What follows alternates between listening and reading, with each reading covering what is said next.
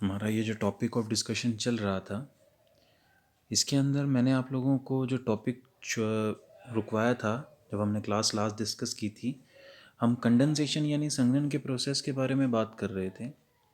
आज मैं उससे आगे आप लोगों के साथ ये छोटा सा टॉपिक जो है वो डिस्कस करने वाला हूँ। इस टॉपिक में मैंने आप लोगों को बताया था कि कोहरा क्या होता है, कोहरा और कुहासा में क्या फ़र्क होता है, या कोहरे के फॉर्मेशन के लिए क्या क्या कंडीशंस की ज़रूरत होती है। स्टूडेंट्स, मैंने आप लोगों को स्लाइड्स के माध्यम से ये समझाया था कि कोहरा भी एक प्रकार का बादल ही होता है, और एक ऐसा बादल है जिसका निर्माण ऊंचाई पर नहीं बल्कि धरातल के साथ ही हो जाता है। इन दोनों बातों से आप एक चीज़ को कंक्लूजन दे सकते हो कि बादल बनने की जो दशाएं हैं वो ऊंचाई के साथ साथ, जैसे ही हवाओं का तापमान गिरता है और आर्द्रता से भरी हुई पवनें जब उसांक बिंदु को प्राप्त करती हैं, तो बादलों का जो निर्माण है वो प्रोसेस स्टार्ट होता है, शुरू होता है। अब वो सारी कंडीशंस हमें धरातल के समीप सर्दियों के मौसम में मिल जाती हैं, जैसे लंबी रातें, ठंडी रातें, क्लियर स्काई, काम एयर, और धरातल के समीप जो है उसमें तापमान में कमी। इन सभी बेसिक कंडीशंस के साथ साथ जो बादलों का निर्माण ऊंचाई के साथ होना चाहिए वो धरातल के साथ हो जाता है, जिसे हम कोहरा कहते हैं। कोहरे और कुहासे में क्या फ़र्क होता है? कोहरा और कुहासा सिर्फ एक छोटी सी रेखा के द्वारा अलग होते हैं, और वो रेखा निर्धारित करती है विजिबिलिटी यानी दृश्यता। कोहरे के अंदर जो विजिबिलिटी है यानी एक स्थान से दूर तक देखने की जो एक क्षमता है, वो 200 से 250 मीटर के आसपास होती है, या 100 से 200 मीटर के आसपास होती है। वहीं पर जो हमारा कुहासा होता है, इस कुहासे के अंदर देखने की जो क्षमता है, विजिबिलिटी है, वो 1 किलोमीटर से 2 किलोमीटर तक होती है। और आजकल जनरली हम देखते हैं कि मौसम में कोहरा और कुहासा मिक्स होकर रहता है। कभी तो हमें विजिबिलिटी इतनी कम मिलती है रोड्स पे, कभी विजिबिलिटी हमें थोड़ी क्लियर मिल जाती है। तो टाइप्स ऑफ फॉग यानी जो कोहरा है वो किन किन दो कारणों से बनता है, मतलब किन कारणों से या किन विधियों द्वारा कोहरे का या कोहरे का निर्माण होता है। सबसे पहला मेथड है रेडिएशन फॉग। रेडिएशन का मतलब विकिरण। कोहरा, विकिरण दो ही प्रकार के होते हैं, मैंने आपको बताया था, एक तो सौर विकिरण, दूसरा पार्थिव विकिरण। तो जब पृथ्वी सर्दियों के मौसम में अपनी एनर्जी जो उसने सारे दिन के अंदर सूर्य से अब्जॉर्व की होती है, जब उसे रिलीज़ कर देती है और बिल्कुल ज़ीरो पोजीशन पर आ जाती है, क्योंकि रातें लंबी हैं, तो पृथ्वी के पास काफ़ी समय एक्स्ट्रा मिल जाता है अपनी एनर्जी को और ज़्यादा रिलीज़ करने के लिए, जिसकी वजह से जो धरातल के समीप की हवा है वो बहुत जल्दी ज़्यादा ठंडी हो जाती है, और जितनी जल्दी ज़्यादा ठंडी होती है उतनी ही ज़्यादा मात्रा में एक सघन कोहरे का वो निर्माण करती है। ठीक है, रेडिएशन फॉग है। उसके बाद आता है आपका एडवेक्शन फॉग। ठीक है, अभिवहन कोहरा। अभिवहन कोहरा आप जनरली एक छोटे से एग्जांपल से समझिए। अभिवहन होता है जब एक धरातल और एक स्थल, सॉरी स्थल और जल की एक ऐसी एक महीन रेखा जो इन दोनों भागों को आपस में जोड़ती है, जिसमें जल की तरफ से आने वाली नमी युक्त पवनें और स्थल की तरफ से आने वाली शुष्क पवनें आपस में जब टकराती हैं, मिलती हैं, तो उस प्रकार से जो कोहरे का निर्माण होता है उसे हम अभिवहन कोहरा कहते हैं। फिर आता है आपका frontal fog. Frontal fog basically हम देखते हैं गर्म व ठंडी वायु राशियों के आपस में जब संपर्क में आते हैं, तो उनकी वजह से जो गर्म वायु राशि है वो ऊपर की तरफ उड़ती है, या ये कहें वो उग्र होकर ठंडी वायु राशि की तरफ ऊपर आगे बढ़ती है, जिससे वाताग्रों का निर्माण होता है। और वाताग्रों से जुड़ा हुआ एक जनरल छोटा सा टेक्सचर जो मैंने आप लोगों को पहले ऑलरेडी समझा दिया है। तो ये 3 प्रकार की विधियाँ हैं जो हमारे कोहरे का निर्माण करती हैं। अब है इसके आगे की जो क्लास है, discussion of our topic is cloud and precipitation, यानी अब है संघनन का सबसे मुख्य रूप, जिसे हम बादलों के नाम से जानते हैं।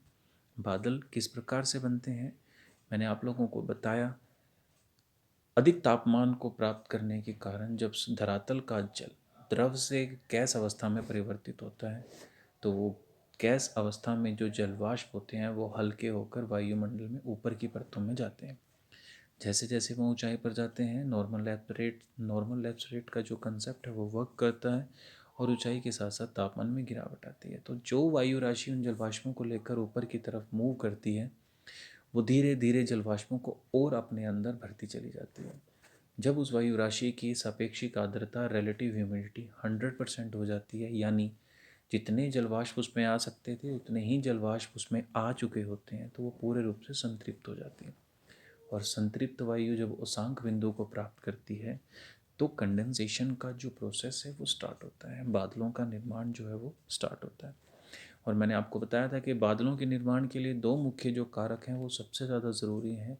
पहले हैं आपके जलवाष्प, दूसरे हैं आपके आर्द्रताग्राही कण, हाइग्रोस्कोपिक न्यूक्लाई, जिसको मैंने आपको बताया था क्या होते हैं वायुमंडल में, डस्ट पार्टिकल्स। इन्हें आर्द्रताग्राही कण बोला जाता है क्योंकि ये आर्द्रता और जलवाष्पों को अपनी ओर आकर्षित करते हैं। इस प्रकार से जो बादल बनते हैं उन बादलों को on the basis of shape, formation and vertical distribution जो है वो डिफरेंट कैटेगरीज के अंदर डिवाइड किया जाता है। ये ऊंचाई से नीचे की तरफ शिफ्ट हो रहे हैं। सबसे ऊंचाई पर जो बादल पाए जाते हैं उन्हें सिरस क्लाउड यानी पक्षाब में कहते हैं। फिर आते हैं आपके क्यूमुलस क्लाउड यानी कपासी में। फिर आते हैं आपके स्ट्रेटस क्लाउड यानी स्तरी मेघ।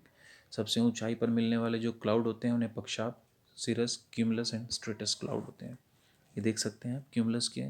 बेसिकली स्ट्रेटस या सिरस जो क्लाउड होते हैं वो पक्षाब में यानी पक्षी के पंखों के जैसे होते हैं।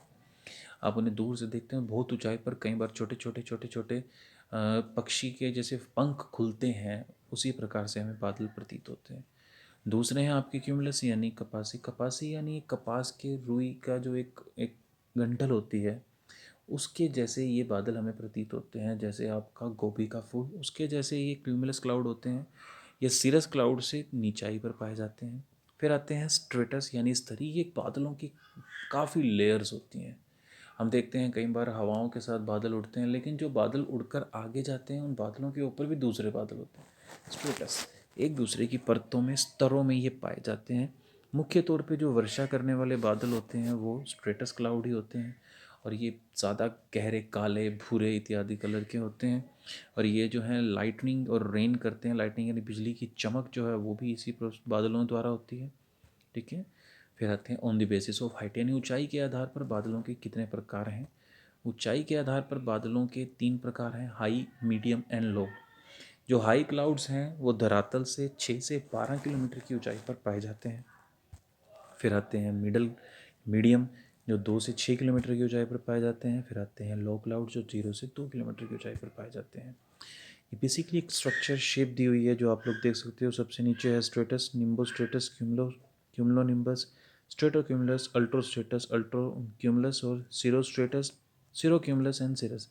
आप जनरली इनके 2-4 नाम याद कर सकते हैं। सिरस जो है सबसे ऊपर है, सिरस यानी पक्षाब सबसे ऊपर।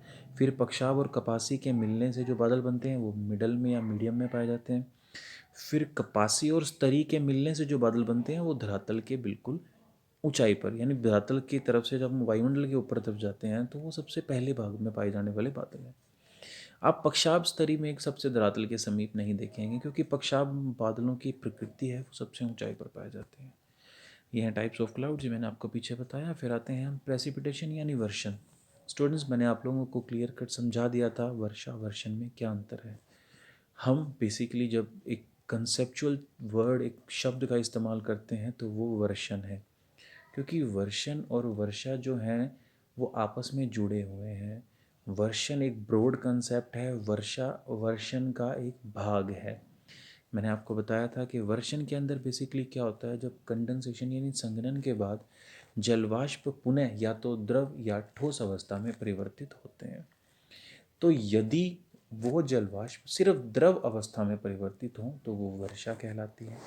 परंतु कई बार हम देखते हैं कि वर्षा के साथ ओलावृष्टि भी होती है, यानी द्रव और ठोस एक साथ रूप में द्रव वापस धरती पर आता है, जिसे वर्षण कहते हैं। Due to the process of condensation when water vapour change in liquid to solid form, ठीक है, इन लिक्विड और सॉलिड फॉर्म, सॉरी, यानी या तो द्रव या ठोस, इन दोनों में से किसी भी रूप में वो बदल सकता है। इस अवस्था को अर्थ पर जब वो पहुंचती है इसे प्रेसिपिटेशन यानी वर्षण कहते हैं। फेवरेबल कंडीशंस क्या है, यानी आपके लिए आदर्श दशाएं कौन कौन सी हैं। सबसे पहले क्या होना चाहिए, इवेपोरेशन। धरातल का जल ही वाष्पीकृत होकर या वाष्पोत्सर्जन के द्वारा वायुमंडल में जाता है। फिर आते हैं इंक्रीज इन डायल्यूट ह्यूमिडिटी। वर्षण कब होती है, जब वायु राशि के अंदर सापेक्षिक आर्द्रता 100% हो जाती है या उससे ज़्यादा हो जाती है। फिर आती हैं मूवेबल विंड्स, जो ये पवनें होती हैं इन्हें एक स्थान से दूसरे स्थान पर या धरातल के समीप से ऊंचाई पर लेकर जाती हैं। फिर आती हैं कूलनेस ऑफ, ऊंचाई के साथ साथ हवाओं के तापमान में गिरावट आती है, हवा ठंडी होती है, उसांक बिंदु तक पहुंचती है। फिर आती है हमारी कंडेंसेशन, ऊंचाई के साथ जब वो उसांक बिंदु को प्राप्त करती हैं संघनन का प्रोसेस जो है वो शुरू हो जाता है। उसके बाद आती हैं प्रेसिपिटेशन, यानी संघनन के बाद प्रेसिपिटेशन यानी वर्षण जो है वो एक कॉमन फिनोमिना है, वही एक हमारी जो कार्यविधि है वो बनती है। टाइप्स ऑफ प्रेसिपिटेशन, ये वर्षण के प्रकार। सबसे पहले स्नोफॉल, जब हिमांक जो है हमारा औसांक जो है औसांक बिंदु जो है हिमांक से हमारा नीचे गिर जाता है। औसांक बिंदु हिमांक से नीचे गिर जाता है यानी माइनस में चला जाता है, तो जो वाटर वेपर हैं वो कन्वर्ट हो जाते हैं स्नो में।